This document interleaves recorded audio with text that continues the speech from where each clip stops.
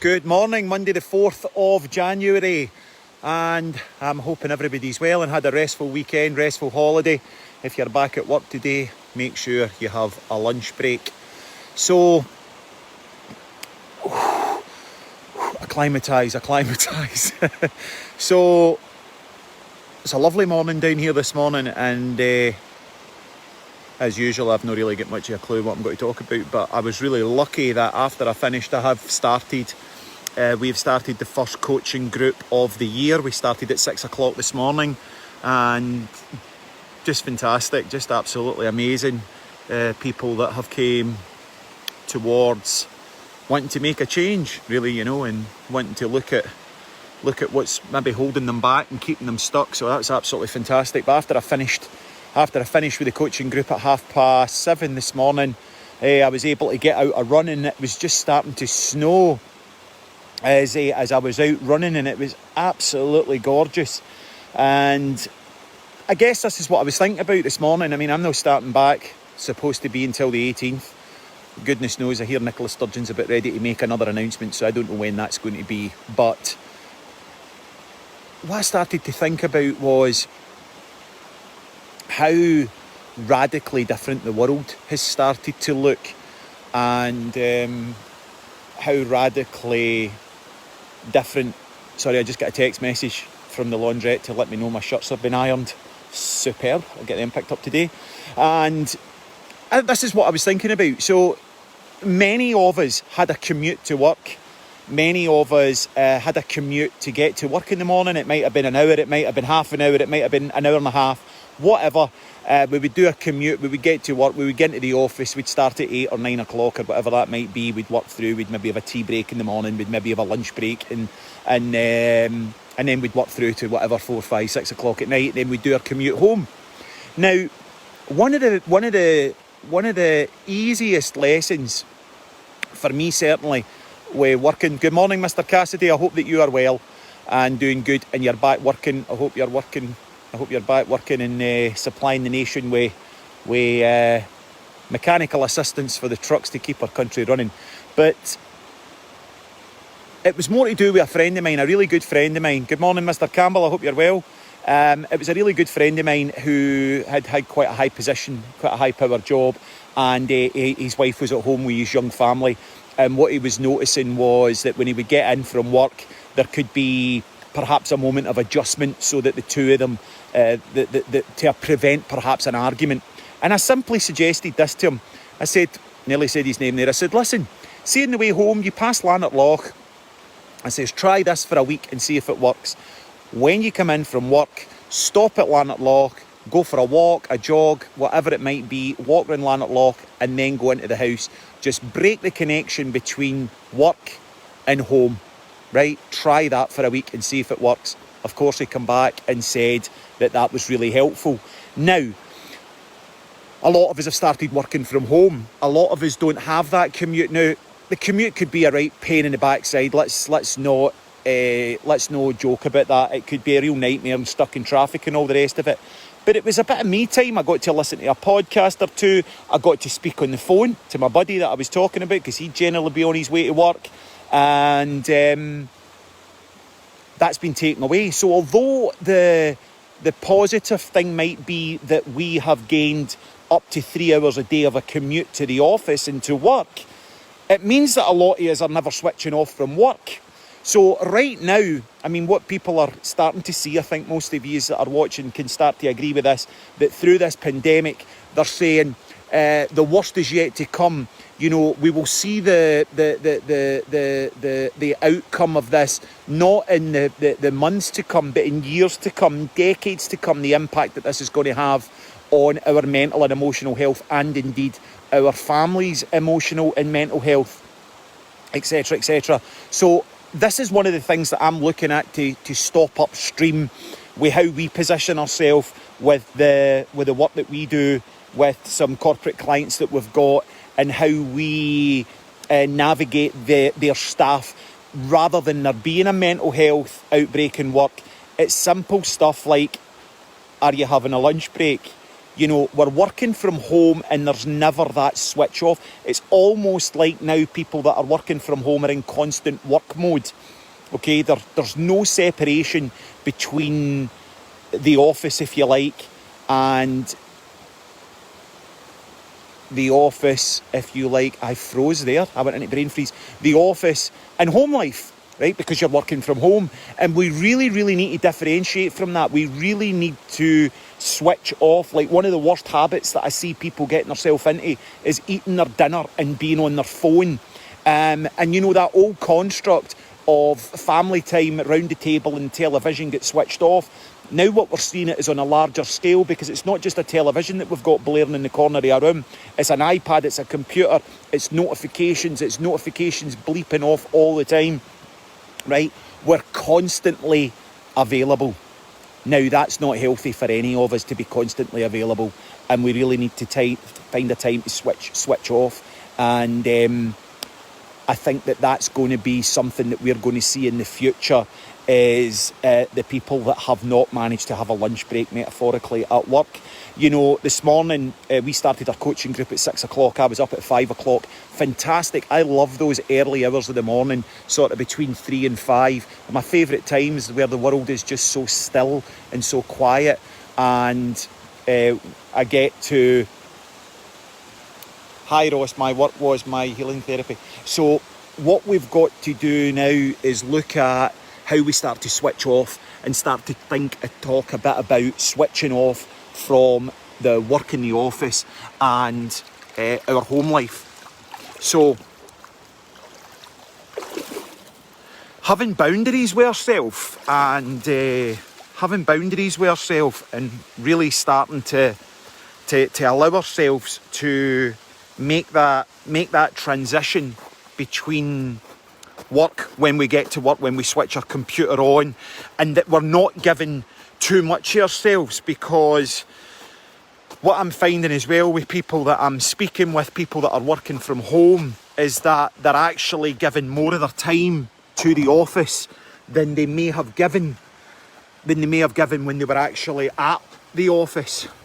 So, I've just been captured on camera with this towel that clearly found its way into my gym bag from the new Lanark Hotel, but the new Lanark Hotel shut down and I've had it for ages, so hope I don't get any trouble for that. Right, so are you having a lunch break? Metaphorically, I'm guessing what I'm saying here is that if we try and we're going right into that, everybody now, it's mental health.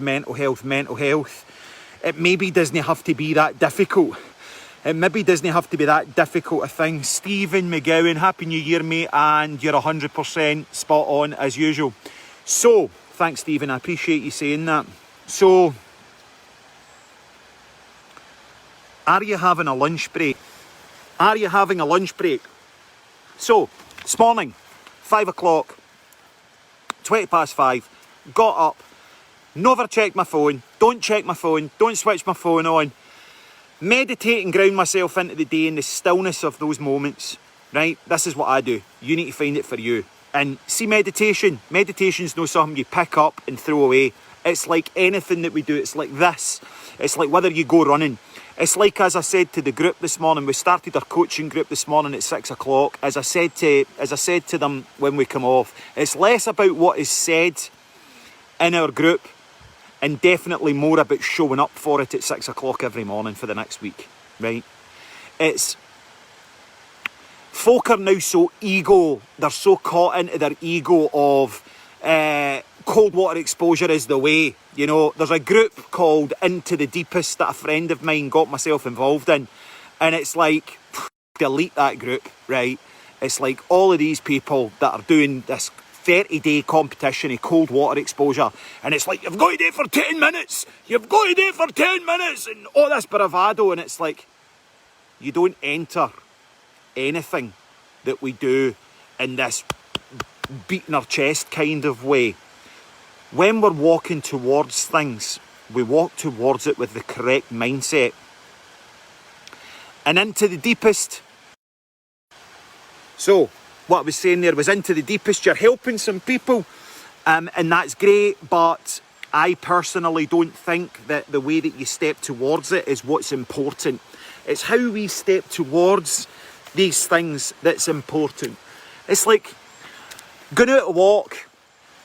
When I go out with a walk with a buddy, I'm personally there to share the time with the buddy.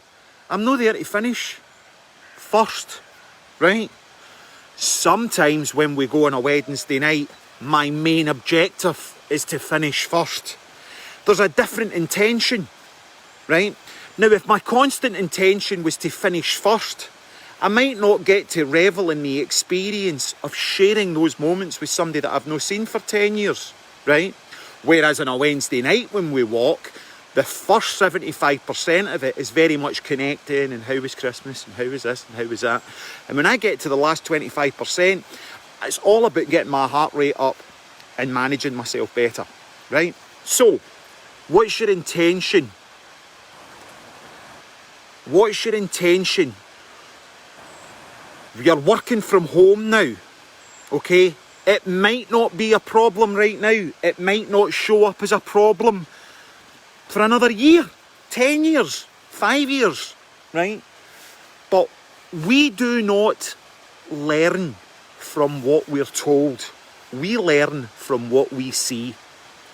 And if our children are seeing a parent that never switches off, that never turns off, a parent that's sitting with a child, that when a child's in the middle of asking them a question and a notification comes on the phone, the attention goes to the phone. What are we unconsciously communicating with that child? We're unconsciously communicating with that child that what just came in our phone is more important than them. That's not a good movie, right? That's a really negative movie to be part of, right? Give me a second, I need to weak my brakes off here. That's not a good movie. And I think that what we need to start doing is, rather than jumping about, banging about mental health and emotional health, I mean, so many people in this pandemic have just made themselves busy, right? And I think they've just made themselves really, really busy so that they don't have to feel the inadequacy of the position of power that they've lost, that's been taken away from them through the pandemic. And I'm watching these busy fools just jumping about, making themselves really, really busy. Now, how do we start to look after ourselves, right? So rather than there being a mental health pandemic, right, like anything, well, let's just cut it off upstream. Let's just cut it off upstream before there's a pandemic and start to take accountability and responsibility for our own lives as effectively as we can with the skill set that we've got. So, are you having a lunch break? Take time for you, right? You matter. We don't need to get our needs met from the external world. We can meet our own needs, and we don't have to constantly be available or live in the fear that if we're not available, we're not going to be. It's like, if I'm not 100% available,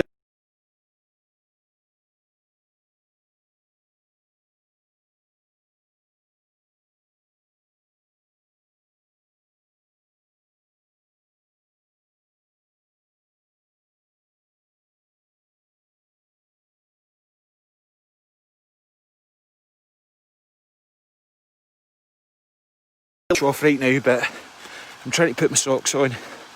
Rigor mortis is set. I don't know, I need to check out what's going on with that.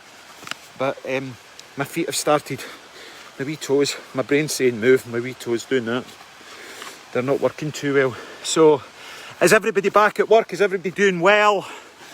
Is there anything that we need to cover in these? Because I'm going to keep doing these vlogs. I'm just going to keep doing them. Because, yes, I get people that say, you're a stoter, you're a banger, you've not got a clue what you're talking about. Hey, so, have a lunch break. My signal's not great. I've just met a fellow. Hello there, Mr. Cleland. Are you going to the water, Mr. Cleland? You just missed me. Alright, it's you and Connor now. Well, we got 9, you were going earlier. That's all right. It's stood nice to have been asked, but so he's never asked me. So him and Connor have started doing it. I have been patched. Right, have a good one. Enjoy. Just bits and bobs today in the computer. Yeah, man. Stay cool. Yes. Right, take care. So have a lunch break. Do what we need to do rather than this jump about mental health. Like really, the statistics of mental health is showing that people are suffering from depression. It's doubled since this time last February.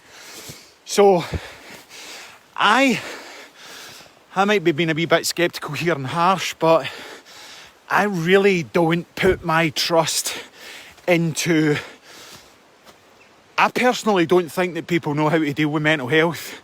I think there are a few practitioners that are looking at it, but when it comes to a set of parameters where it's let's dish out antidepressants,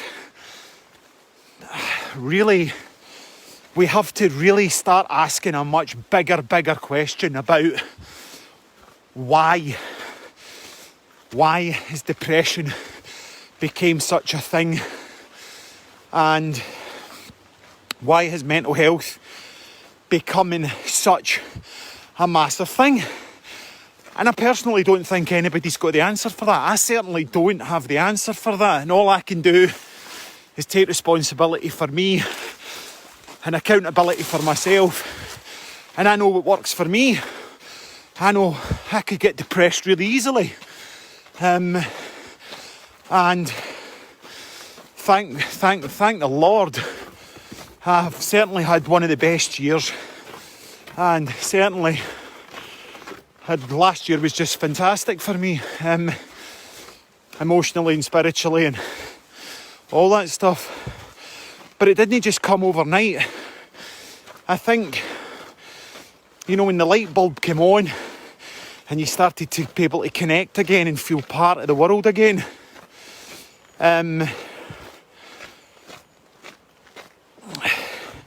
what you come to realise is, sorry, I'm just babbling. Like what I think about is, the light bulb's been on, and I feel as if I'm burnt. My light bulb's been on for the last year. But it didn't just get turned on. The room had to get built. The wires had to get run. The plugs had to get put in. The bulb had to get put on. So, and then you were able to switch on the light switch. And that light switch was governed with a fuse box. And if there was too much load going onto that wire, a fuse would blow, etc., etc. We can't just expect that society and the doctors is going to take care of our mental health. We really can't. We've got to take responsibility for it. Now, if your boss is telling you to go and have a lunch break, and you don't have a lunch break, and then you end up taking time off with stress, was that your boss's fault? We have got a machine, this body that we live in, right? And for it to be as effective as possible, we have to nourish it in the most effective way possible. And most of us try and get our needs met from the external world. We try and get our needs met by caring for other people, or if I love them more, they will love me, or whatever that might be. But we've all, and I'm going to put this out there completely, and like every single person on this planet is traumatised. Every single person on this planet has trauma, and they're acting from a place of trauma, and they're acting from a place where we're not being authentic.